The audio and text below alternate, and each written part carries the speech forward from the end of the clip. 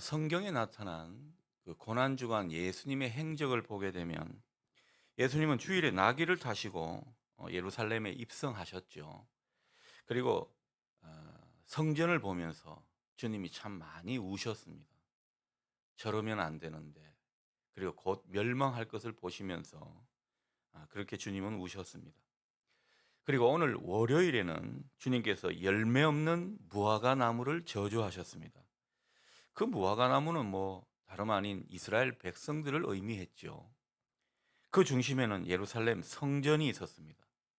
그래서 예수님께서는 성전에 들어가셔서 아, 성전을 깨끗이 하는 그 유명한 성전 정화 사건을 일으키게 된 것이죠. 성전 안에 그 이방인의 뜰에 들어가셔서 매매하는 자들, 돈을 환전해 주는 자들, 그런 사람들을 다 내쫓으셨습니다. 시장통같이 전락해버린 그 성전의 모습과 또 이들 상인들과 돈을 바꾸는 그런 사람들과 결탁해서 막대한 부당한 이익을 취한 그런 종교 지도자들을 향한 분노를 드러내신 모습인 것이죠. 주님은 그때 유명한 말씀을 하셨습니다. 우리가 잘 아는 말씀입니다. 내 집은 만민이 기도하는 집이다. 그런데 너희는 강도의 소굴을 만들었구나. 그렇게 주님께서 말씀하십니다. 그러니까 주님의 몸된 우리 교회 공동체는요, 무엇보다 기도하는 집이 되어야 합니다. 여기서 기도하는 집이라는 것은 하나님과 만나고 하나님과 소통하고 뭐 이런 것이 교회의 본질이 되어야 한다는 것이죠. 여러분이 정말 주님과 더 소통할 수 있는, 그래서 교회의 본질을 더욱 추구할 수 있는 그런 일원이 될 수 있기를 축복합니다. 자, 오늘은 우리가 특별히 예수님께서 제자들에게 순환을 예고하신 그 장면을 묵상해 보고자 합니다. 하루는 예수님께서 제자들에게 물으셨지요. 사람들이 나를 누구라 하더냐? 예수님 당시 사람들은 예수님께서 그렇게 많은 표적을 보여주시고 또 말씀을 들려주셔도 예수님을 잘 알지 못했습니다. 바리새인이나 사두개인 뭐 이런 사람들은 아예 예수님이 누구신지 깨닫지 못했죠. 그래서 허구한 예수님을 대적하고 또 예수님 공격하는 그런 모습을 보였던 것입니다. 예수님을 그들이 조금이라도 알았더라면 그렇게 하지는 않았겠죠. 그렇다고 일반 사람들이 예수님을 제대로 안 것도 아니었습니다. 사람들은 예수님을 또 다른 세례 요한, 그리고 엘리야나 예레미야 같은 선지자로 여겼습니다. 하나같이 예수님을 그저 하나님의 좋은 정으로 생각했던 것이죠. 예수님을 제대로 못 봤던 것입니다. 왜 이렇게 예수님을 잘 몰랐을까? 여러분, 그 이유가 뭔 것 같습니까? 그렇게 많은 예수님의 기적을 보고 또 예수님의 말씀을 전해 들어도 그 예수님을 다 자기 식대로 봤기 때문입니다. 그저 자기 지식, 자기 경험을 바탕으로 예수님을 받아들이고 또 예수님을 판단했기 때문에 예수님을 잘 몰랐던 것입니다. 우리가 예수님을 제대로 알게 되는 것은요, 결코 내 지식과 경험, 그리고 내 상식의 근거에서 알 수 있는 것이 아닙니다. 우리가 예수님을 잘 알려면 그분이 나에게 말씀해 주시는 대로, 그분이 나에게 알려주시는 대로 우리가 그대로 믿어야 우리가 주님을 제대로 알 수 있다라는 것입니다. 우리는 조금만 알아도 섣불리 예수님은 이럴 것이다, 저럴 것이다 쉽게 판단하게 됩니다. 그게 우리의 어떤 문제가 아닐까 싶습니다. 주님은 우리의 이해와 상식의 범주 내에서 제대로 알 수 있는 그런 분이 아닙니다. 그저 말씀하시는 대로, 그저 내게 가르쳐 주시는 대로 우리는 알게 될 뿐이라는 것입니다. 우리가 예수님을 제대로 알고 믿기 위해서는, 그러니까 우리는 말씀을 배우고 또 말씀을 공부하는 이런 모습이 필요합니다. 때로는 말씀을 깊이 파야 합니다. 뭔가 인생이 막히고 인생이 어떤 막다른 골목에 있고 또 물고가 터야 하는 이런 상황 가운데서는 우리가 말씀을 깊이 팔 필요가 있습니다. 말씀을 깊이 파면 어떤 효과가 있습니까? 여러분, 우리가 말씀을 깊이 대할 때 그때 성령님께서 역사하신다는 거죠. 그래서 예수님이 어떤 분이신지, 예수님께서 지금 나에게 무엇을 말씀하시는지 예수님을 깨닫게 해 주신다는 거죠. 그 가운데 주님을 알게 해 주십니다. 성경은 성령님의 기능에 대해서, 역할에 대해서 그런 이야기를 많이 하죠. 깨닫게 하시는 영이다.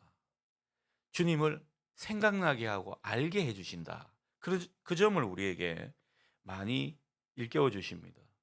그러니 여러분, 이 고난 주간 우리가 뭐 특별히 주님을 위해서 뭔가를 하기보다는 말씀을 통해 주님을 따라가고 또 주님을 가까이 하는 중에 성령님이 우리 가운데 뭔가 역사하시는 것을 여러분 경험하시면 좋겠습니다.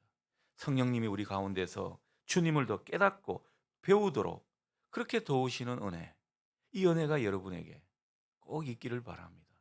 그게 얼마나 중요한지 모른다는 것이죠. 자, 베드로가 예수님의 그 질문에 제대로 된 답을 내놓았습니다. 16절이 그 내용입니다. 베드로가 주님께 말하죠. 주는 그리스도시요 살아계신 하나님의 아들이십니다. 짧은 문장이지만 주님께서 이 대답을 들으시고 무척 기뻐하셨습니다. 바요나 시모나 이를 알게 한 이는 하나님이시다. 얼마나 큰 찬사를 베드로에게 보내준 것 같습니까? 그만큼 온전한 신앙 고백이었다라는 거죠. 그 당시 사람들이 다 예수님을 뭐 하나님의 종쯤으로 여기는 그런 마당에 예수님을 어떻게 고백한 것입니까? 예수님을 메시아로, 곧 나를 건져 구원해 주실 구주로 그렇게 믿고 고백했다는 것입니다. 또 하나님의 아들이라고 고백한 것은 어떤 뜻입니까? 하나님과 동등된 분이라고 여겼다는 거죠. 그러니 그 당시 사람 수준에서는 굉장한 고백입니다. 우리가 볼 때는 뭐 당연한 고백 아닌가 싶지만은 그 당시 믿는 사람들 입장에서는 굉장한 고백이라는 거죠. 그래서 주님께서 흡족해 하신 것입니다. 자, 그래서 주님은 큰 축복을 약속하시죠. 18절 하반절처럼 반석 위에 주님의 교회를 세우시겠다. 그리고 베드로에게 천국 열쇠를 주겠다. 그렇게 지금 약속을 하는 모습입니다. 반석 위에 주님의 교회를 세우시겠다. 또 천국 열쇠를 주겠다. 이렇게 하니까요. 천주교에서는 이 부분을 자기들대로는 그렇게 해석했죠. 아, 베드로가 초대 교황이다. 그래서 베드로를 통해서 하나님께서 주님께서 교회를 세우시겠다. 이런 것으로 해석했다라는 것입니다.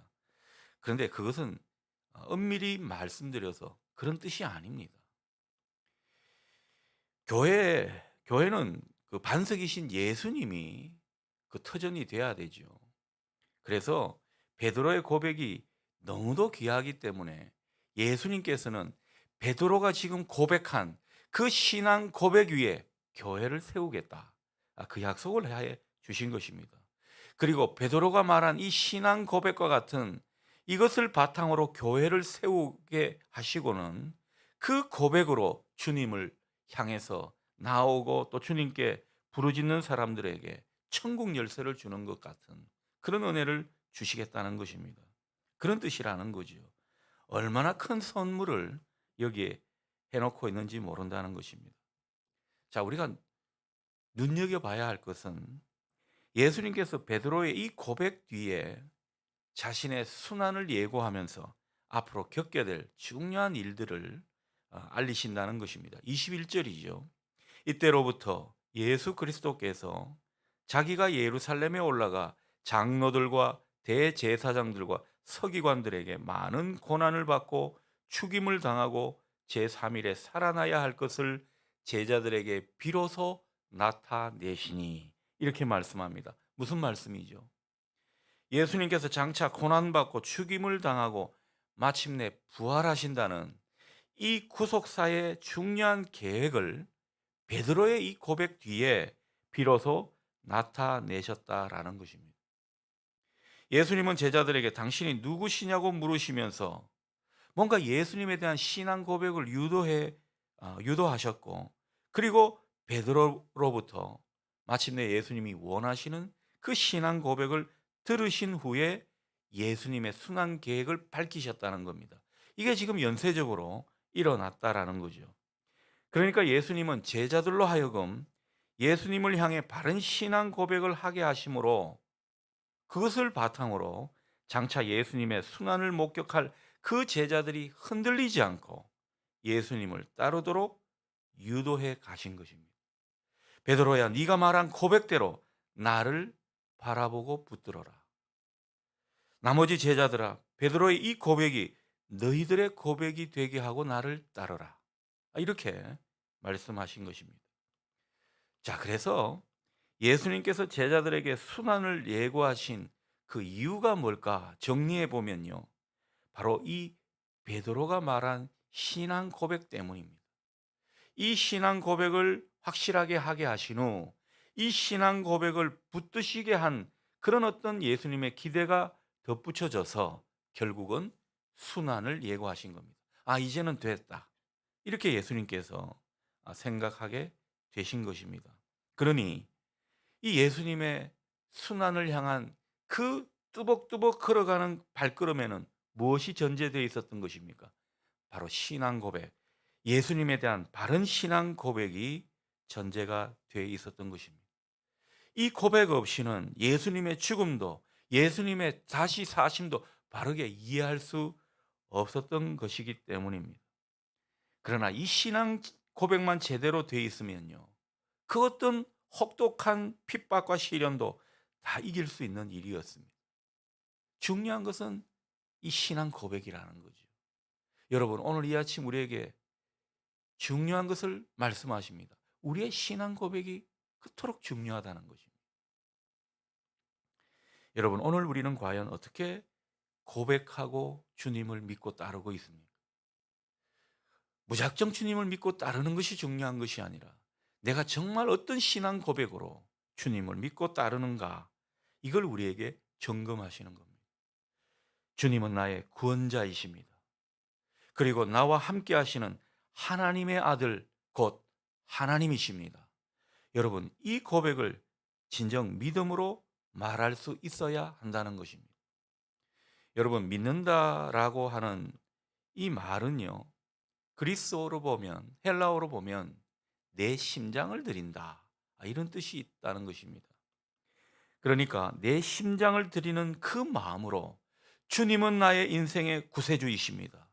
나와 함께 하시는 하나님으로서 나에게 능력을 베푸시는 분이십니다.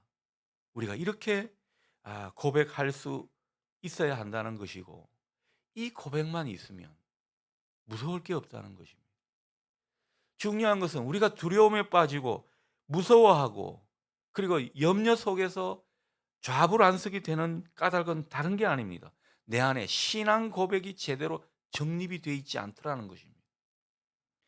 오늘 여러분, 우리가 이 신앙 고백이 내 안에 제대로 서 있을 수 있기를 기도하시고, 또 그 신앙 고백을 주님 앞에 드릴 수 있기를 바랍니다. 그러면 어떤 고난도 우리가 다 이길 수 있더라는 것이죠. 여러분, 주님은 우리의 신앙 고백 위에 역사하시는 분이십니다. 주님께서는 오늘 우리 신앙의 고백대로 우리에게 평안과 기쁨을 주시며 또 세상 가운데 승리할 힘도 공급해 주시는 것입니다. 그러니 여러분, 현재 우리가 어떤 고난 가운데, 어떤 두려움과 걱정 가운데 있든지 간에 오늘 이렇게 주님께 고백하면 좋겠습니다. 주님은 나의 유일한 구원자이십니다. 주님은 오늘도 나와 함께 하시는 전능하신 하나님이십니다. 오늘 이 고백 위에 주님의 은총이 힘있게 역사하시기를 기원합니다. 아멘. 기도하겠습니다.